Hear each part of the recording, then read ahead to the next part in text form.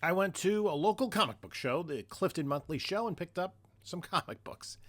Let's see what I scored and what you think up next on this video from Bronzeville Comics.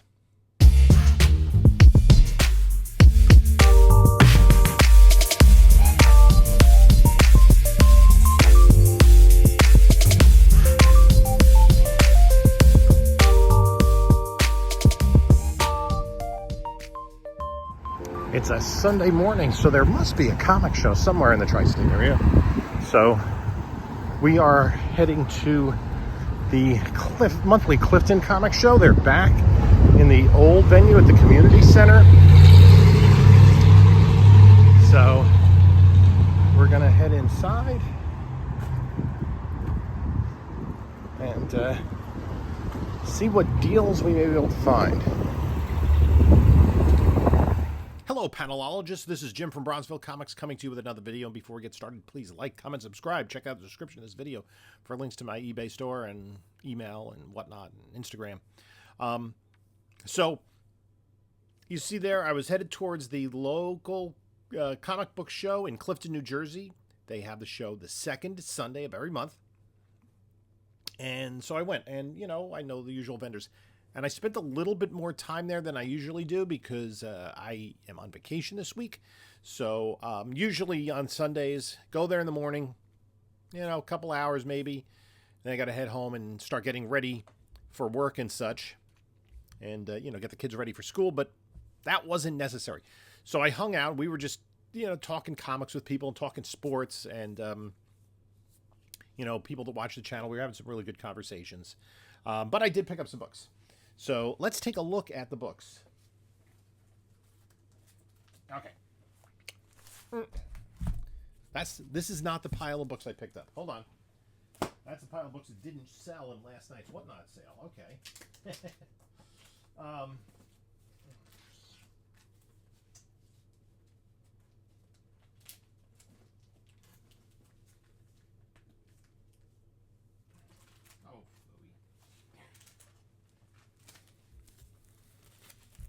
Okay, so I hadn't been to Streetside Anthony's in a bit.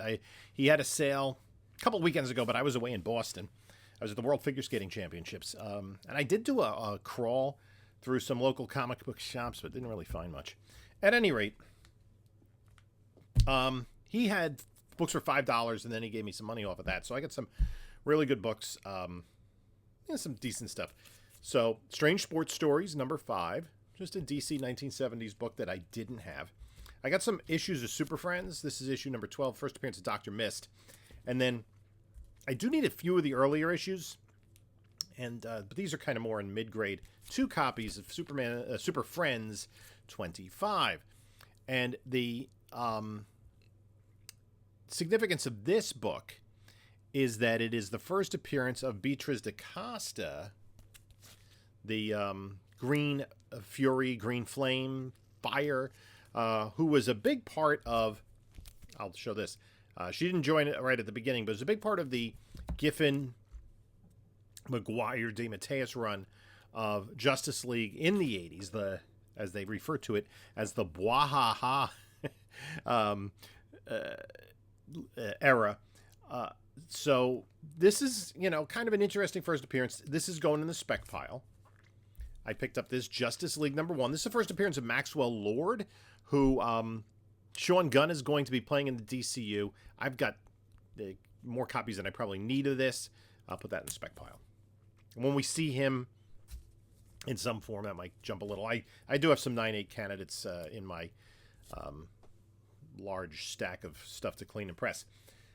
Some Miller Daredevil for less than $5, 167. 178, 188. Those I'll put up for sale because I do have that, at least those issues from the original run. I should look into really at some point finishing that. It's sort of been, as you know, if you've watched the channel, I'm more of a DC guy than a Marvel guy. There are certain Marvel books I collect, and I'll refer to one of those a little bit later in this pile. And I'm kind of giving thought to, well, do I pursue some other runs? I mean, the two that I collected most, mostly like in my high school years were Avengers and Daredevil. And then there's also X-Men. I've been working on the X-Men 94 and up in high grade. If you saw the less pitiful unboxing I recently had, where I got 10 books back in a 9.8 pre-screen, they were all Uncanny X-Men books. And I'm trying to get a lot of those keys in 9.8. At any rate, I also picked up this. This is going to go in the spec pile. Captain Atom #1. It's a newsstand version. There had been rumors in the past that Captain Atom may be coming to some project in the DCU. We will see. It's a pretty good book to pick up. Then I picked this one up. This is mid-grade, but this is a very popular book with the Frank Miller cover of Daredevil in... not Daredevil, Punisher. Just finished watching Daredevil. Oh my gosh, was that good. In Captain America 241.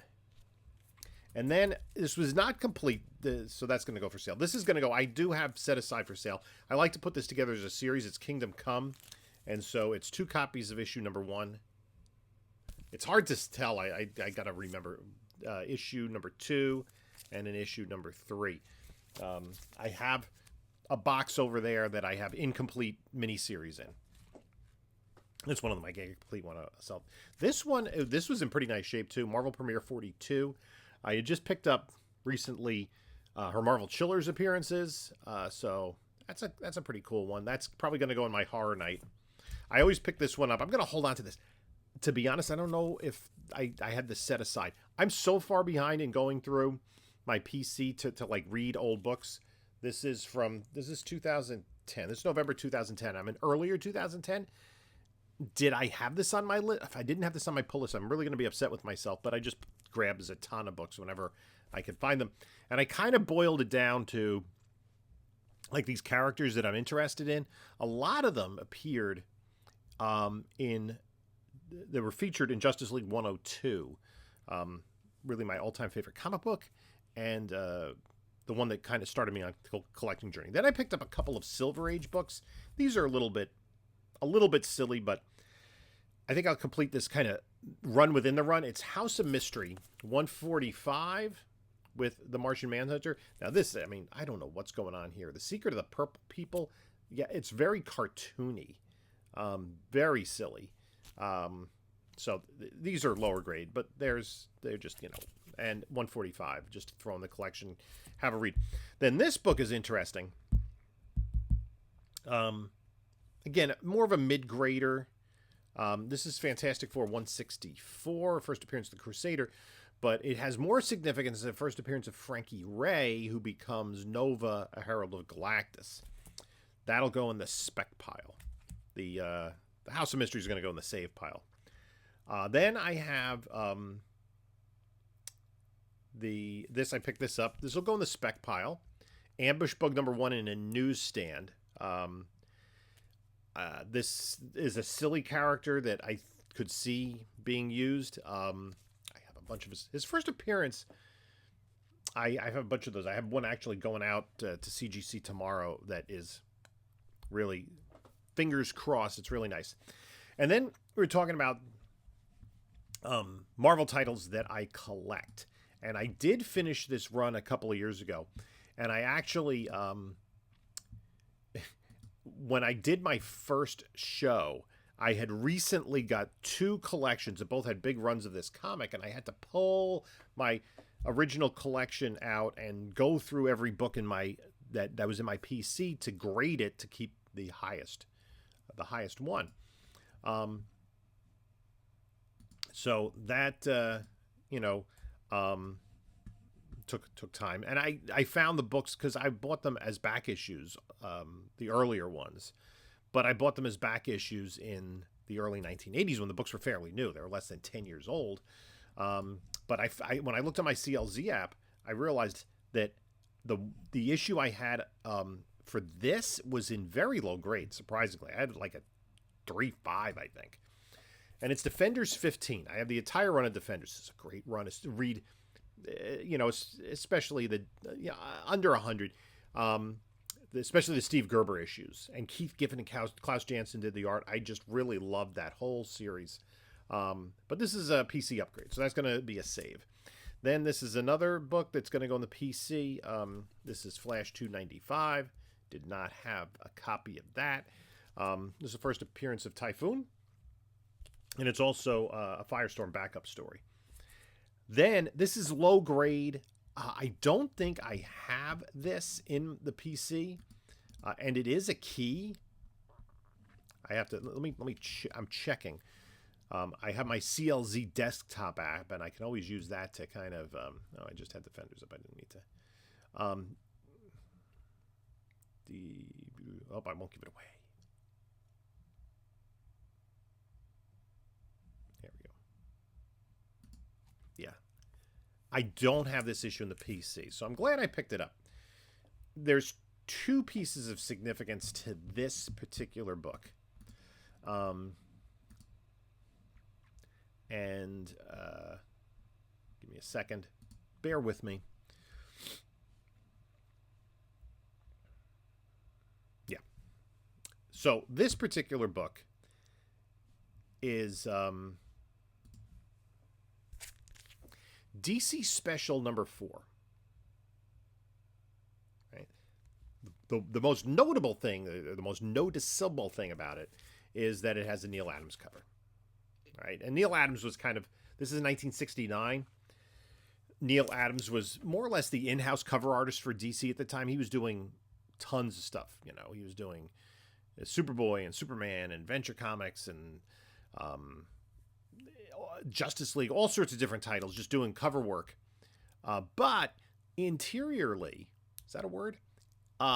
In the story, and you see, this is lower grade, it has some creasing, but it is the first appearance of Abel, who becomes, I'm trying to remember, I think he's the narrator for the House of Secrets.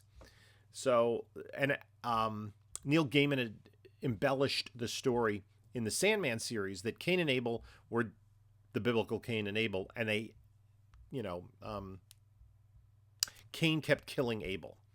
And one of them was the narrator of House of Mystery, the other House of Secrets. So, at any rate, I picked this up. I think that's a pretty cool little key. A lower grade, but, you know, for what the price was, whatever. Then I picked this up. This is kind of an under-the-radar key. It's not really noted, but this is Submariner 57. It's the first appearance of Venus in the outside of the Golden Age, right? Venus had her own title with Atlas in the 1950s. Some very popular covers, because they kind of, some of them veered towards good girl, some of them veered towards horror, some towards both. She was used in the Agents of Atlas and the What If story. So this is a character that's been around, but she is reintroduced here in Submariner 57. I pick this book whenever I see it for a good price. I don't know if I'll put this away for spec, because I don't know if Venus will ever appear, but it is a pretty cool book. And then this is a book I've been kind of low-key looking for, because I remember seeing the cover in an ad back in the day, and it's like, oh, why don't I have that particular issue? And it's Ghosts number 97. This is from 1981, and it has the Spectre on the cover. This is, I believe, yeah, that's definitely a Jim, yeah, J.A. right there. It's a Jim Aparo cover. You can always tell Aparo artwork by his eyes, right? He basically has just the dots in the middle of the eyes. Great composition, an artist that's really grown on me over the years. But this, I really want to check this out. This is a save. I'm going to put this in the PC. It's Dr. 13 Ghost Baker versus Spectre. It's a JSA member. I don't know if this story's set on Earth 1, Earth 2, or whatever. It doesn't really matter. But it's just a book that I kind of wanted in the PC. I thought originally that maybe Spectre had his own feature in Ghosts, but that was not the case. I think that's a one-off. And then the last two books I have here that I got from Streetside bring me within one issue of completing a very long-running series. It's a series that ran for 157 issues. And I needed issues 18 and 19 of Dark Horse Presents. Now, Dark Horse Presents was an anthology title.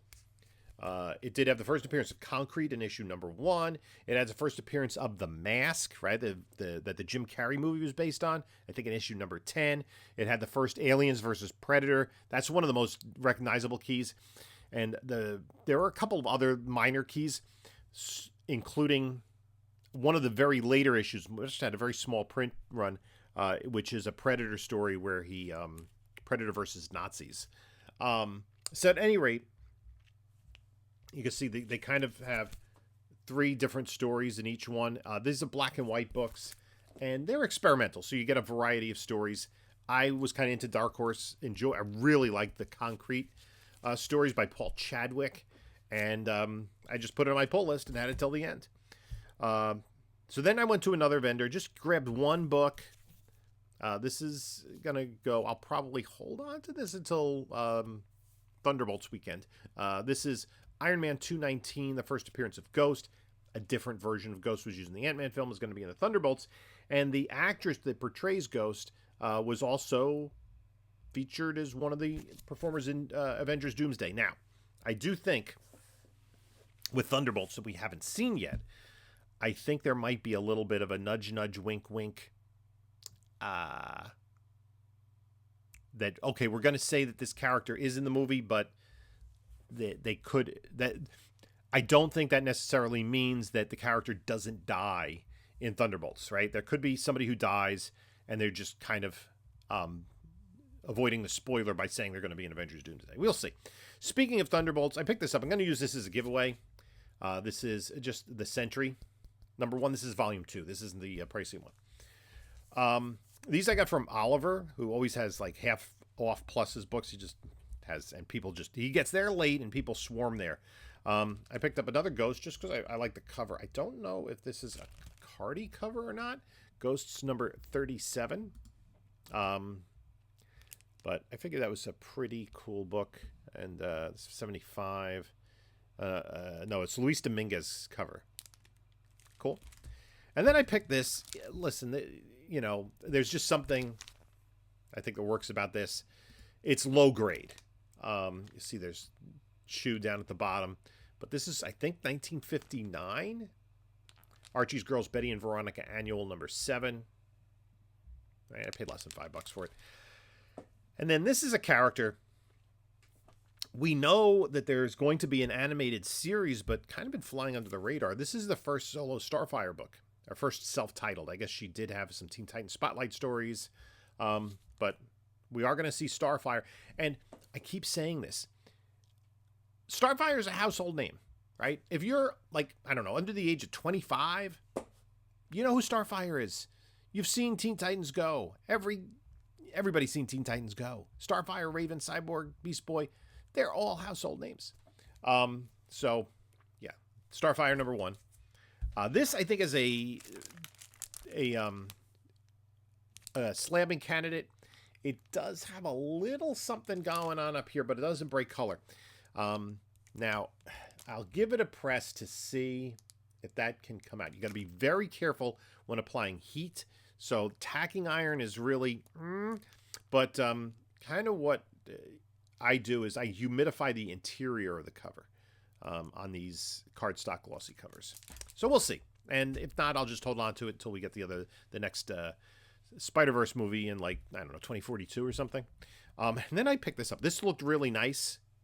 And I do think this is a 9.8 candidate in a newsstand. Just a classic cover by, which Kubert is this? Andy Kubert of Rogue and Gambit. This got hot when X-Men 97 came out. A little disappointing. Speaking of Avengers Doomsday, we are getting Channing Tatum as Gambit, we would presume. But of the Fox era, the early 2000s X-Men, no mention of Anna Paquin. So that would be something I think fans would like to see. So this is going to go in the slab pile. And then this is interesting. I'm going to take it out because it is something quite interesting. And I picked it up. I have a copy of this. And this is a decent copy. It's probably like a 7. Superman 248, right? It is a 1972 book. So I have it as part of my 72 collection. It is not high grade, but it is signed on the interior front page by editor Julie Schwartz and inker Murphy Anderson. I'm pretty sure Anderson did the inks. on the Kurt Swan and Murphy Anderson artists. He did the inks on the Superman story. They referred to them at the time as Swanderson, Kurt Swan and Murphy Anderson. Murphy Anderson also did a lot of work on Adam Strange, did Hawkman, did the Hawkman series, including the first appearance of Zatanna. And in these 25 centers from 71, 72, you get these reprints. This I'm not sure when this is from. Oh, it is. It says it's from Action Comics 339, July 1966. So it was only 6 years old, that story. But the reading base turned over pretty quickly. And then, is this part of the main story? No, it doesn't look like Swan. It's interesting. This is a new story by Dave Cockrum, World of Krypton. It's probably right around the same time he was working on Legion of Superheroes before he went over to work on X-Men. So that's just a cool little book. Kind of put it as, an addition to my PC. I don't know if I'd replace it. Anyway, I looked at this. This I thought might be an upgrade. It wasn't. And this is something I talk about this era. I picked the next 4 books up from Steve with Elite Comic Sales. And this is Justice League 106. This is the issue in which Red Tornado joins the Justice League. The narrative's a little bit weird. Like, Tio Mara just disappears because the computer said he was going to. I don't know. So, yeah. I'll probably just sell that. I don't think it's an upgrade. This one, I'll sell. This is Marvel Age number 44. This is the anniversary cover. The nice thing about this is the back is the inverse of the image of the anniversary. So you see the back of Starbrand's head and the backs of all the characters in the kind of that picture frame. So you got that, and then you got the back. And you also got the back of the Marvel box. So that's kind of cool. And those anniversary covers. This particular book, this copy is not a contender. I've had a 9.8, and that's well over $100 in a 9.8 for that. I'm sure there are folks that are trying to put together a 9.8 run of Marvel Age. Then this one, this will go in the spec pile. It's got some oxidation and a couple little dings. Not quite 9.8 candidate. This is a good book in a 9.8. It's a $100 plus book. That's going to go probably in the spec pile in case we get Huntress at some point. I think she's too cool a character not to get. This will also go in the spec pile. This is Wonder Woman 105 by John Byrne. And this is the first appearance of Cassie Sandsmark, who does become the second Wonder Girl. Actually, the third Wonder Girl, because the first Wonder Girl is Wonder Woman as a girl. The second Wonder Girl is Donna Troy, Teen Titans. But, this is a character that they could use. But, of course, drawn by John Byrne on the cover. John Byrne his children always look to me kind of freakish. Love John Byrne's art, but that's just it. And then one last vendor I went to, I got a copy of Showcase number 29. Great Russ Heath gray tone cover. I'm trying to collect the Showcase run. There are a couple issues that are a little pricey. There's probably like 4 that are really gonna be, tough to get. That's obviously 4, first Barry Allen, and 22, the first Hal Jordan, but there's also 7, the first Challenge of the Unknown. That's pretty pricey and very early. And the first Adam Strange in 17 is also a pretty pricey book. So this was the Sea Devil's got a 3-issue tryout and Showcase. I do have one that is in my clean and press pile that's pretty nice. And then I have Sea Devil's one. I'm kind of like now low-key like, let me collect Sea Devils. So why not? I kind of got like, I know this is probably not possible. I kind of got a little bit jealous when the Christine Farrell complete DC collection came up, because I'd like a complete DC collection. Of course, the amount to get, I'm trying to finish off 1 year, 1972.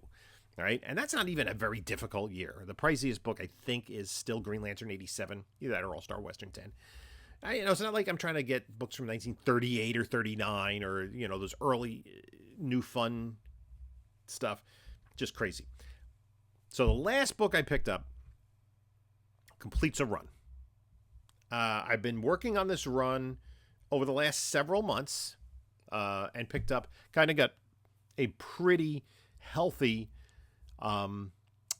step to finishing it at the Elite _Comics 11 Expo earlier this year, and I finished it up. It's The Atom, issue number 8 with Dr. Light. It's great Gil Kane art. There's a Justice League appearance in here too, but Atom number 8 completes my Atom run. I also have I just completed. I didn't realize I didn't have the last issue until I picked up one recently, just for giggles, thinking, it's probably an upgrade, and I didn't have it, of Atom and Hawkman, which Hawkman was canceled, and then Atom was canceled. They continued the numbering and put the two of them together for about 6 or 7 issues. So Atom number 8 completes the run. And that completes my video. That's my haul at the Clifton Comics Show. Let me know what you think about what I got. Say hi if we bumped into each other at Clifton on Sunday. I'd like to thank you all for stopping by.